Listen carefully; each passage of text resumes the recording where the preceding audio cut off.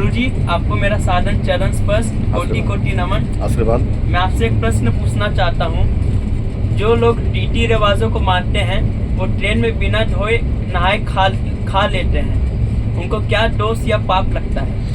ओम श्री गुरुभ्यो नमः। हमारे सिद्धार्थ मित्तल जी ने बहुत सुंदर प्रश्न किया है कि जैसे बहुत से लोग तुलसी कंठी पहनते हैं, हम भी पहने हुए है ना।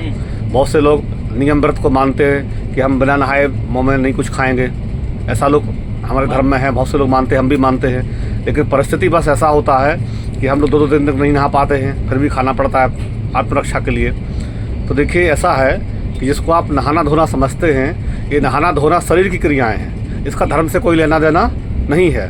उदाहरण के तौर पर एक मंत्र जब आप कोई पूजा पाठ करते हैं, कराते हैं, तो पुरोहित जी घर में आते हैं तो एक मंत्र बोलते हैं, हरि ओमा पवित्रः पवित्रो वा सर्वावस्थांगतो विवा यस्मृत पुंडरीकाक्षं शवाह्याभ्यंतरा शुचिः। अर्थात आप अपवित्र थे, आप लैट्रिन बाथरूम गए थे, आपने नहा लिया, आप पवित्र हो गए।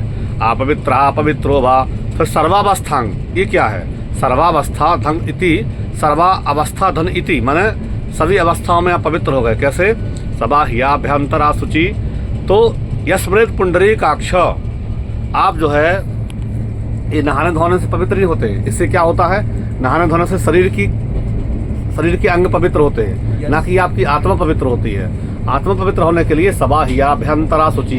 यस्मृत पुंडरीकाक्ष, जो यस्मृत पुंडरी का भगवान जो जनार्दन है, उनका स्मरण करने से हजारों पाप दोष हमारे नष्ट हो जाते हैं।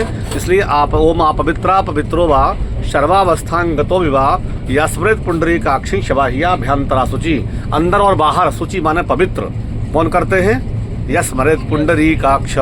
पुंडरीकाक्ष भगवान जनार्दन विष्णु, उनका स्मरण करने से आप अंदर और बाहर से पवित्र हो जाते हैं। और जैसे कि हम अपने भगवान को मानते मानते कोई साईं बाबा को मानने लगते हैं, कोई जाके मजार पर माथा टेकते हैं, तो हमारे परमात्मा कौन हुए? भगवान विष्णु।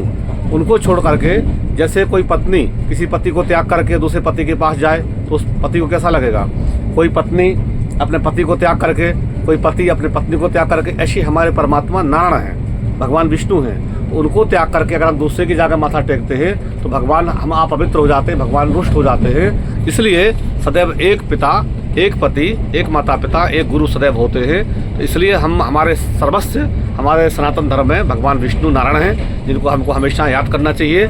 इसलिए यस्मृत पुंडरीकाक्ष शवाह्याभ्यंतरा शुचि, अंदर और बाहर की किए हुए अस्थियों में जो पाप है वो पवित्र हो जाते हैं। इसलिए मुझे विश्वास है कि आप ट्रेन में रहें, वन में रहें, कहीं रहें, 3 जगह मनुष्य कभी अपवित्र नहीं होता है। कहाँ कहाँ पर? एक आपातकालेषु, आपातकाल हो गया।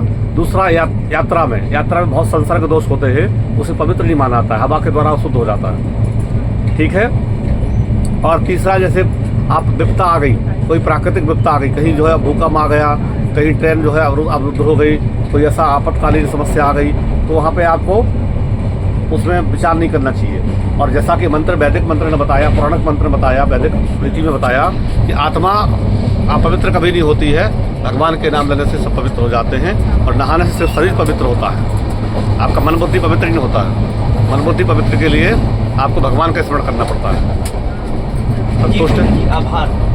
आशीर्वाद।